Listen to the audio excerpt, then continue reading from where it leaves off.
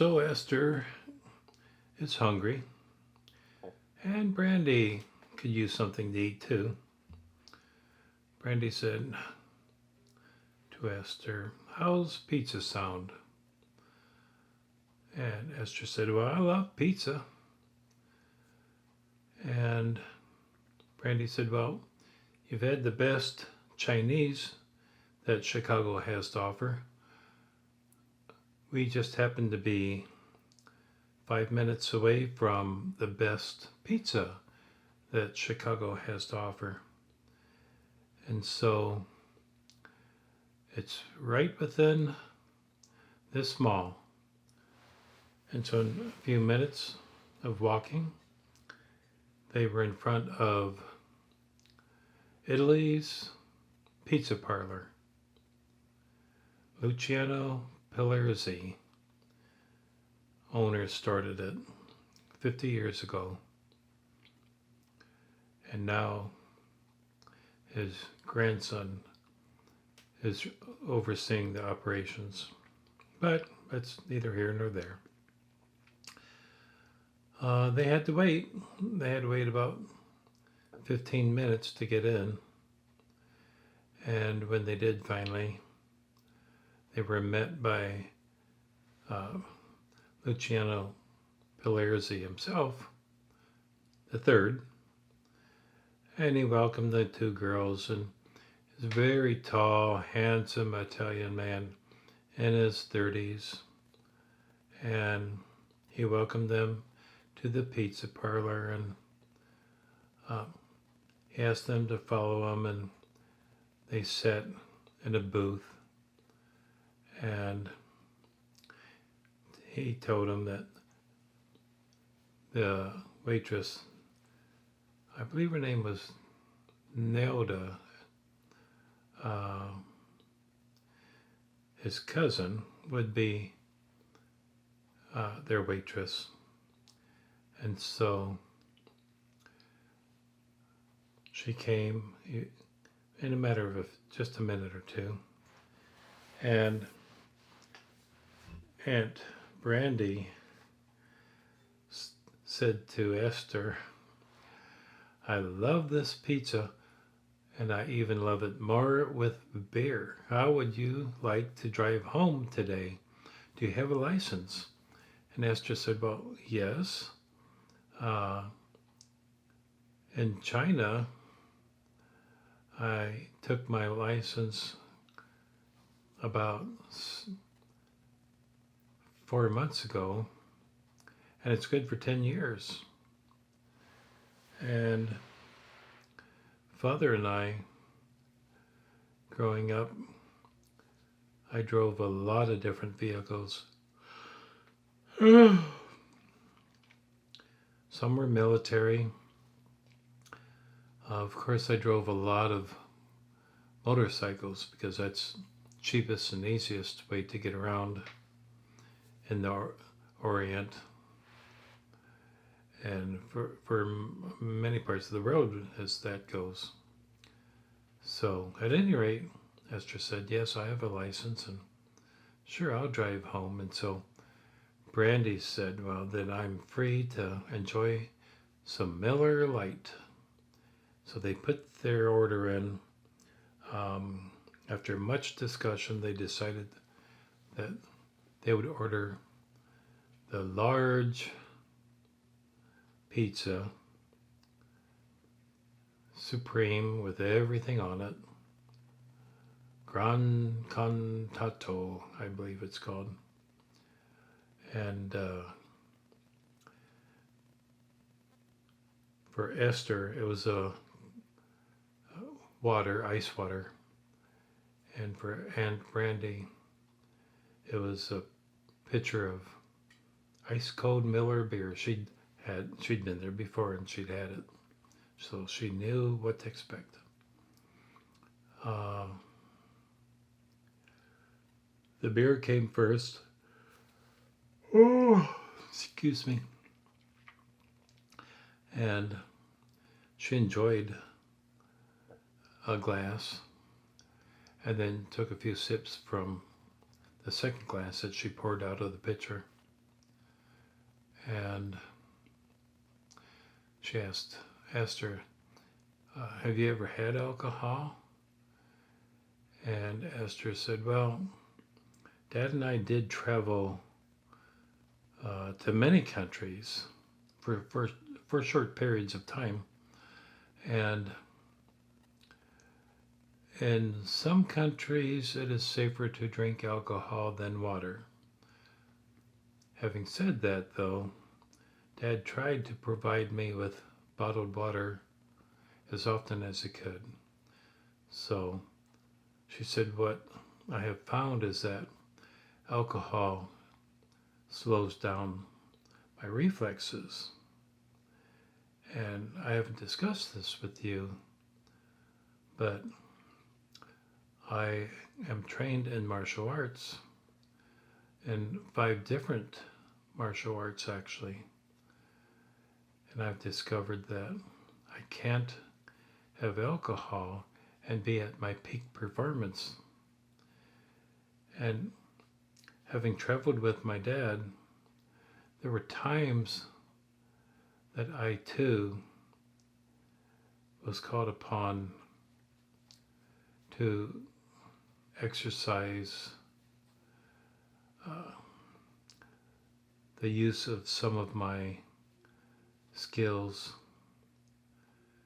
to secure safety for other people.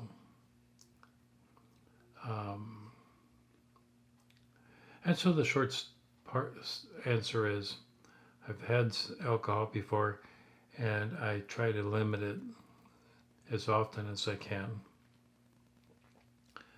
Dad said it's best to be ready than not to be ready if you're needed. And Dad was a very smart man. So at that point, the pizza came, and it was steaming hot, piping hot, smelled fantastic. Esther thought it was the most beautiful, one of the most beautiful things she'd ever seen. It had onions and peppers and sausage, ham, quite a bit of variety on the pizza, and the crust was thick and crispy on around the edge. And so they thanked the waitress. The waitress had brought a pitcher of ice water, and she asked Brandy if she needed anything else. And Brandy said, well, since I'm not driving, perhaps one more pitcher of beer. The pitchers weren't real large. You could only get maybe 3.5 glasses out of them, and they weren't large glasses. So that being said, the waitress went for another pitcher of beer for Brandy. They enjoyed the beer and the pizza and ate all but a couple pieces, and the waitress brought a small box to go so that they could take it home. Esther had said nothing wrong with cold pizza, and Brandy totally agreed. At that moment, Brandy said, I think I need to go to the little girl's room, and I know where it is. So she stood up, and once she balanced herself, which was kind of comical because by now she had almost 2 pitchers of beer in her, and she was a little bit unsteady. So she managed to work her way down the hallway to the restroom. And as she was leaving, Esther noticed a tall Italian man going to all the different tables and booths and speaking in Italian, welcoming people to his restaurant. Of course, nobody spoke Italian, and so they were all confused. Some people nodded pleasantly at him as he walked off and went to another table. Unfortunately, he stopped at one booth close to Esther's, and there were a couple gentlemen there that didn't appreciate his interrupting their private conversation. And one man said to the other in German that if the old man didn't leave, he was going to knock him backwards and out of their way. And Esther jumped up, went between them, and explained to the German in English that this was Luciano Pellerzi. He was introducing himself to everybody and welcoming them to his restaurant and thanking them for being here. And the German said, I don't care who he is, just ask him to leave. Esther smiled at him and said, well, I'll ask him to join my table. And so in Italian, Esther spoke to the old man and said, why don't you join me at my table? My aunt and I have just finished having some of your wonderful pizza. And the old man, Luciano Pellerzi, he said, nobody seems to speak Italian, but you do. Are you Italian?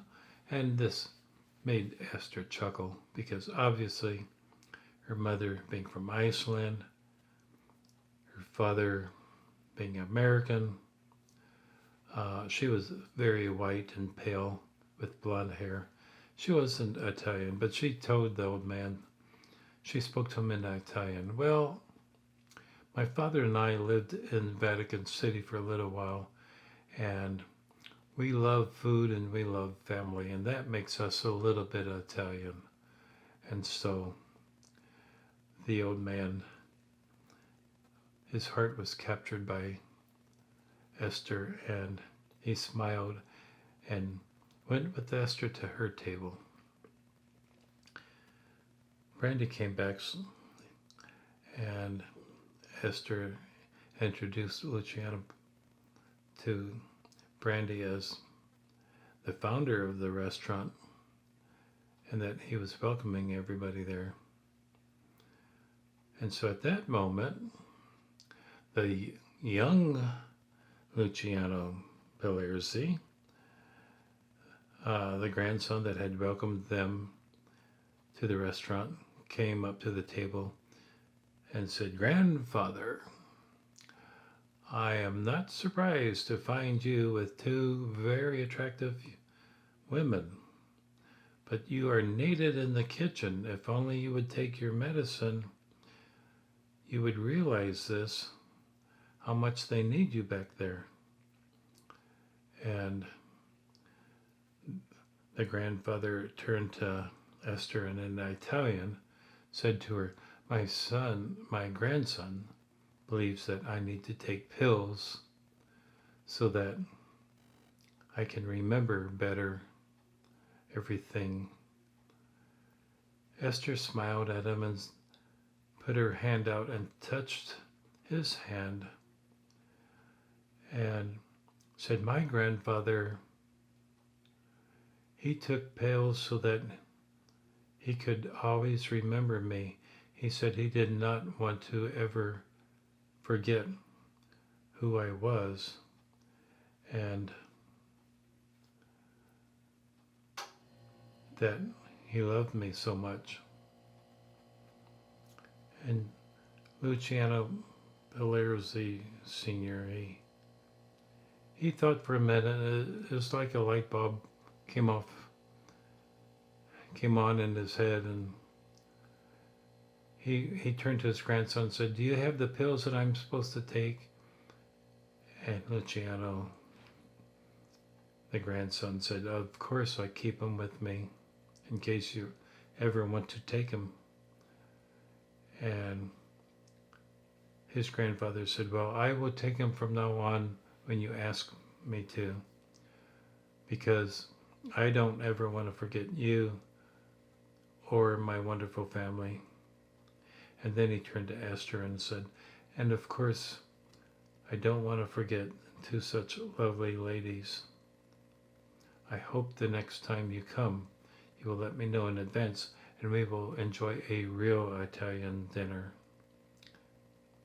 Until then, I am needed in the kitchen, as my grandson says. And so he excused himself and said, I must go to the kitchen.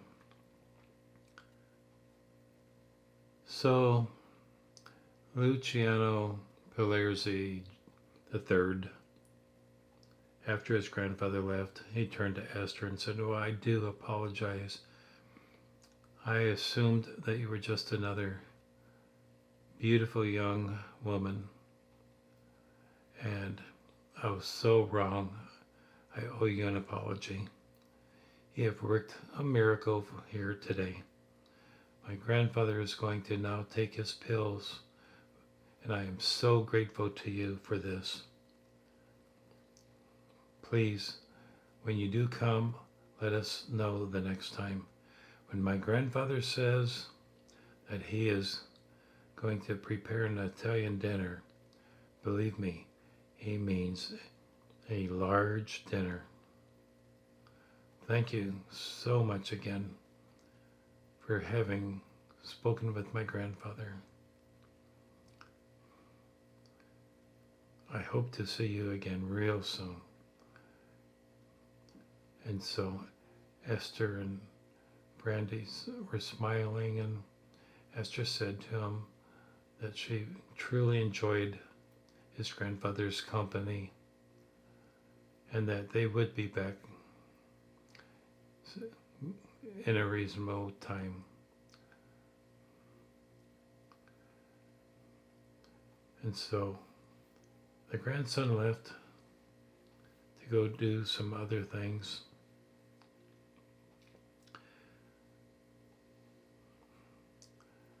Esther picked up the bill, and it was marked paid in full. And so she left a tip for the waitress, a large one. And Brandy needed a little steadying as they left. As they reached the door, Luciano the third came up and said, again, thank you for coming. I hope to see you again soon, both of you. And he looked at Brandy and smiled. Esther picked up that perhaps there was something a little more than just mild interest here. After all, Brandy was an attractive woman, and she's single.